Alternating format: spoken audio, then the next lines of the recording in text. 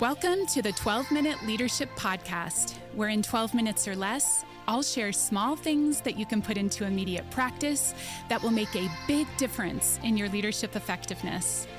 I'm your host, Elise Boggs-Morales, leadership professor, consultant, and coach. For the last 17 years, I have helped thousands of leaders level up their influence and achieve remarkable results. If you want to trade compliance for true commitment and create your dream team, you are in the right place. Get ready for a quick hit of practical wisdom to increase your team's engagement, inspire top performance, and retain your best talent. Ready to level up your influence and get better results? 12 minutes starts now. Hi everyone, Elise here. Welcome to episode 13. Today we're diving into a crucial leadership topic: conflict. As leaders, we all know that conflict is inevitable. It's not a matter of if, but when. But what if we could prevent conflict before it even starts? What if we could understand what triggers conflict in others and use that knowledge to avoid misunderstandings, miscommunications, and disagreements? On last week's episode, I talked about the 3 Ps: people, performance, and process. These are the 3 core motives that drive human behavior. When we learn how others are motivated, we can then be strategic in how we communicate so that we can garner the engagement and performance we desire from our teams. But the 3 Ps also provide an additional insight: potential conflict triggers. If we can understand others' potential conflict triggers and avoid them, a huge percentage of conflict becomes preventable. When you know what someone values the most, either people, performance, or process, you can make a pretty educated guess about the type of communication and behaviors that would not be effective with them. Today, I'm going to show you how to get the emotional energy you are spending on unnecessary conflict back. Sound good? Let's go. So before we dive into prevention strategies, let's quickly recap the 3 core strengths motives. These are fundamental to understanding what triggers conflict for people. The first motive is people, or our blues. People with this motive value relationships and achieve feelings of self-worth by being genuinely helpful to others and knowing that their support was received and valued. They need appreciation to know that their efforts made their intended impact. The second motive is performance. These are our reds. People with this motive are driven by goals, results, and achievement. They thrive in high-pressure situations, and they tend to be action-oriented. The third motive is process, our greens. People with this motive value structure, systems, and accuracy. They are logical and methodical, preferring to analyze situations carefully before making decisions. Now that we've laid the groundwork for each motive, let's talk about how each motive can trigger conflict. Understanding what people value can help us understand what triggers conflict for them. When these values are threatened or ignored, it causes tension. Here's how that looks for each motive. We'll start with our people, our blues. So people with the people motive are deeply invested in their relationships. They're sensitive to anything that threatens their sense of harmony or connection. If they feel excluded, criticized, or if there's a lack of consideration for how decisions impact people, it could trigger conflict. So I want you to think about, is there somebody on your team right now that you can think is probably a people-motivated person, a blue? And here's a scenario you might find yourself in. So the scenario would be excluding a team member from a critical meeting. So I want you to imagine you're leading a project team and there's a crucial meeting that will shape the direction of an important initiative. In a rush to make decisions, you decide to leave one team member who has been closely working on the project out of the meeting. You don't intend any harm, you simply didn't think their input was necessary for that particular stage of the project. However, this person values inclusion and collaboration deeply, as they're motivated by relationships and teamwork.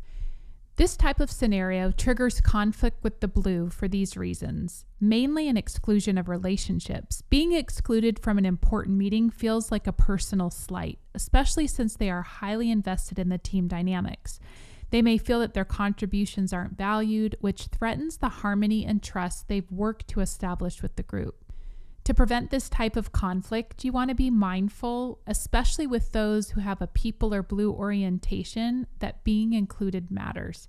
So ensuring that everyone feels heard and included either directly or through a follow-up conversation could prevent a breakdown in trust. You can also acknowledge their contribution. So before excluding someone, it's helpful to acknowledge their efforts and let them know why their input may not be needed at that time. A quick check-in to say, hey, I value your contributions and I've decided this meeting needs to be a quick decision-making session, but I'll keep you updated. This can go a long way in preventing unnecessary conflict with the blue. So let's talk about our performance-driven people, or our reds. So they're focused on results. They thrive on efficiency, speed, and getting things done. So if they feel that their goals are being obstructed, that decisions are being delayed, or that progress is being slowed, it can trigger frustration. They might come across as aggressive or demanding, but in reality, they're simply reacting to the perceived threat to their performance. Conflict arises when others don't share their sense of urgency or drive for achievement. So here's a common scenario that could trigger conflict for a red. Imagine you're leading a team through a high-stakes, time-sensitive project. The project is running behind schedule, and there's a critical decision that needs to be made quickly to avoid further delays.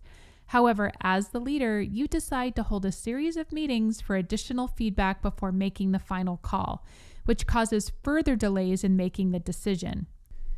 The red, or performance-driven person, is going to get triggered for three main reasons. One, a perceived lack of urgency. The delay caused by extended meetings and waiting for feedback may be seen as a waste of valuable time. Two, frustration with indecisiveness. If they perceive that leadership is being indecisive or overanalyzing a situation, they may see it as a lack of leadership and direction. Third, the trigger could be an impediment to goal achievement. Because they're highly goal-driven, any actions that hinder their ability to meet objectives, especially in a time-sensitive environment, can be seen as obstacles. So how do we prevent this type of conflict with the red? First, be clear and decisive. Avoid dragging out processes that could lead to frustration. Be clear, concise, and direct in your decision-making.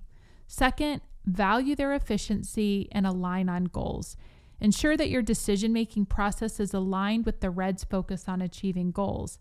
If there are delays or roadblocks, explain the rationale clearly and give them a sense of ownership over how to resolve the situation quickly. This is how to prevent unnecessary conflict with the performance-driven person. And finally, let's talk about our process-oriented people, or our greens. People with the process motive are driven by accuracy, data, and structure. They value clarity and the time to think things through before jumping to conclusions. If they feel rushed, unsupported, or that decisions are being made without adequate information, they may retreat into analysis paralysis or become passive-aggressive. So let's talk about a common scenario. Rushing through decisions without adequate information, a sure trigger for a green. So imagine you are leading a team through a project that requires careful planning and strategic thinking. There's a critical decision that needs to be made, and the team is under pressure to deliver results quickly. As a leader, you push for a quick decision, urging the team to move forward without fully gathering all the necessary data, analyzing potential risks, or considering the long-term consequences. This is a potential trigger for a green. Why? There's a lack of clarity and structure. Greens need structure, clarity, and a logical approach. If a leadership pushes for a quick decision without giving them that time, it can feel like a breach of their need for a well-organized process. Also, another trigger is a fear of inaccurate decisions. The most compelling drive for a process-oriented person is getting it right. And how can they get it right without all the data? The third is a perceived lack of respect for expertise.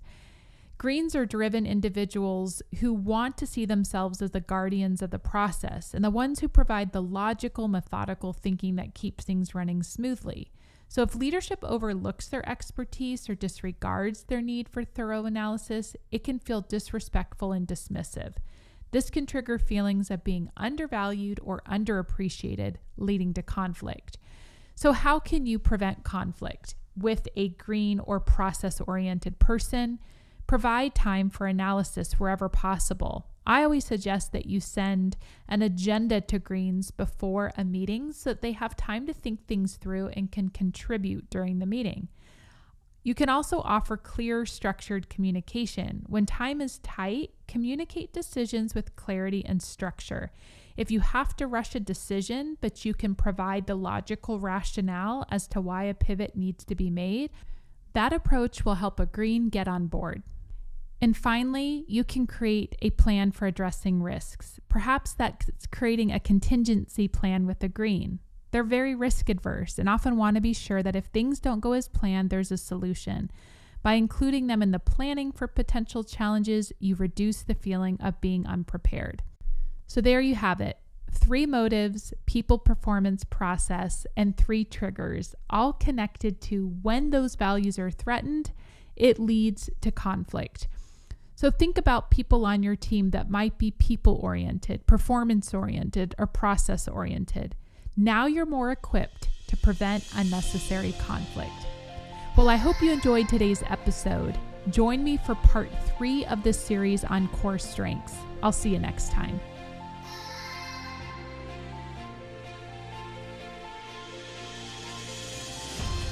Like what you heard on today's episode and want to go deeper? Subscribe to this podcast so you never miss an episode. You can also pick up my book, Lead Anyone, on Amazon. Then, go to my website to check out ways that we can support your leadership goals. From executive retreats to customized training and coaching, my team of experts will help you level up your leadership and accelerate your results. Go to www.eliseboggs.com for more info.